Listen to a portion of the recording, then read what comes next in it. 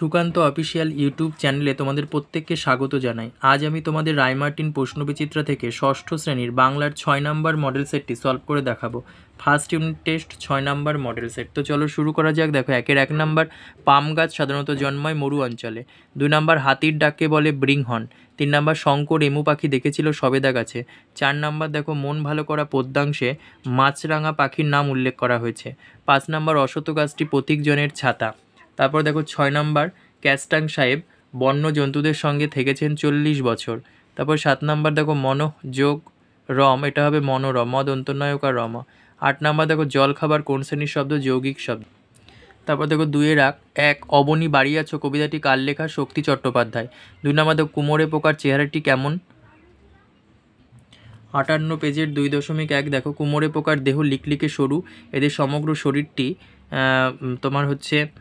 সমগ্র শরীরটি আগাগোড়া মিশমিশে কালো, কেবল বোটার মতো মাঝের অংশটি হলুদ রঙের। তারপর দেখো 3 নম্বর, বিভীষণ দাস এমু পাখির কথা বলেছিলেন। বিভীষণ দাস কে ছিলেন? আকন্দবাড়ি স্কুলের শিক্ষক। তারপরে দেখো 4 নম্বর, দাঁড়ায়ে পাইন আকাশে নয়ন তুলে। পাইন গাছ সাধারণত কোন অঞ্চলে দেখা যায়? পাইন গাছ সাধারণত উত্তরে পার্বত্য অঞ্চলে দেখতে পাওয়া যায়।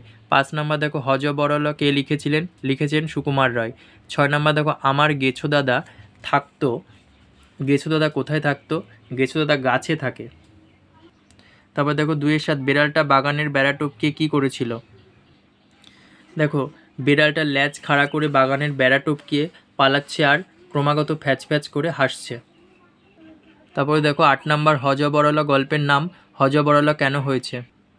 পেজ নাম্বার 220, 3-4 দেখো, হযবরলা বইটির নাম এরকম কেন? তোমার কি নামটি ভালো লেগেছে? ভালো বা মন্দ লাগার কারণ জানো। আচ্ছা, এটা দেখো, প্রথম প্যারাটা লিখবে, তাহলেই হবে।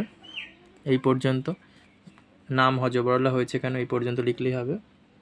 2-9 দেখো, বিসর্গ রূপান্তরিত হয়ে দন্তস্ব হয়েছে এমন একটি বিসর্গ সন্ধির উদাহরণ দেখো। তিরহ যোগ কার? তিরস্কার।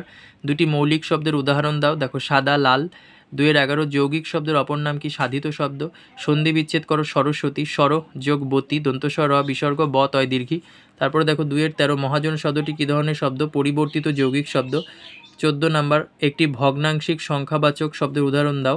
5.25টা। তারপরে দেখো 3-1 নম্বর, রিউবেন ক্যাস্টাং কে ছিলেন? তিনি কিসের জন্য মৃত্যুর হাত থেকে রক্ষা পেতেন?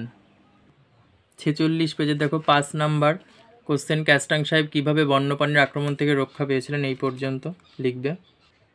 তারপর দেখো 3-2 বলে এলাম আমি আবার আসবো, কে কোথায় আসতে চেয়েছিলেন? পেজ নাম্বার 54, 2 নম্বর কোশ্চেন দেখো, বলে এলাম, এটা লিখবে। আসবেন পর্যন্ত, বন্ধুর কাছে ফিরে আসবেন, এই পর্যন্ত। তারপরে 3 নম্বর, ভর দুপুরে কবিতায় গ্রাম বাংলার অলস দুপুরের ছবিটি নিজের ভাষায় লেখো।